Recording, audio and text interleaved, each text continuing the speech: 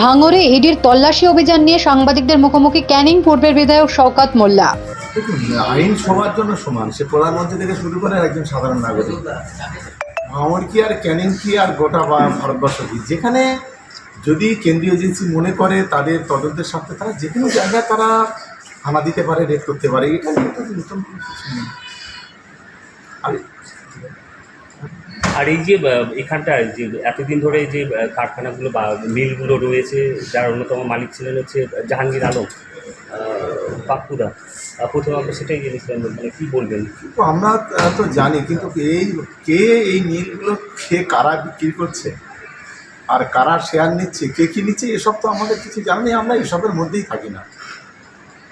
এখন তো শুনছি নাকি ওই শেয়ারটা মানে পাপ্পুদা বিক্রি করে দিয়েছে, হস্তান্তর করেছে। এবার সম্পূর্ণ এজেন্সির বিষয়ে তারা ইনভেস্টিগেশন করবে, করে সমস্ত তথ্য নিশ্চিতভাবে তারা পাবে কোথায় কী আছে। এখানে কি জ্যোতিপ্রিয় মল্লিক কোনো সময় এসেছিলেন? এই যে না, জ্যোতিপ্রিয় মল্লিক এখানে নামটা তো দেখুন, আমরা জ্যোতিপ্রিয় মল্লিক আমাদের দিকে প্রজ্ঞাপনই করেনি।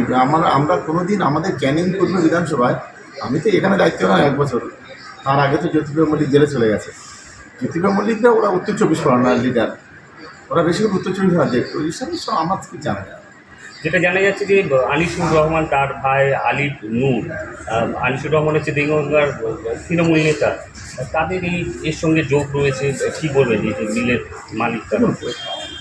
ইনভেস্টিগেশন চলছে, ফলে যারা কে তৃণমূল নেতা, কে বিজেপি নেতা, কে সিপিএম নেতা, এটা বড় কথা নয়। আইনের ঊর্ধ্বে কেউ নয়।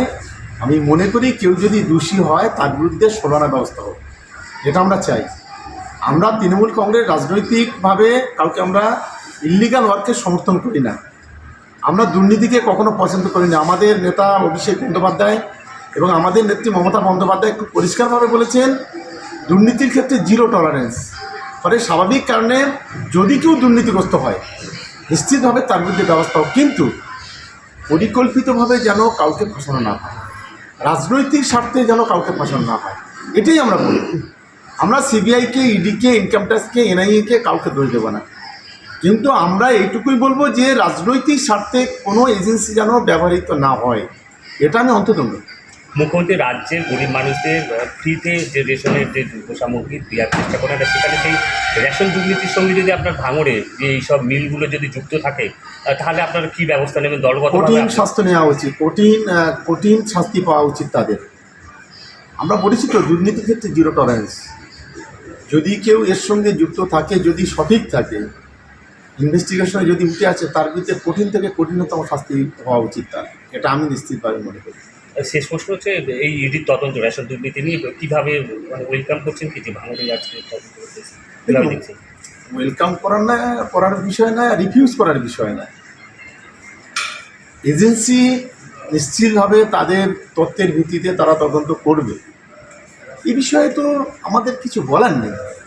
100 বার তদন্ত হওয়া উচিত, যদি কিন্তু সেটা পলিটিক্যাল স্বার্থে না হয়ে সেটা নিরপেক্ষভাবে এজেন্সিগুলো তদন্ত করুক, এটাই আমরা চাই।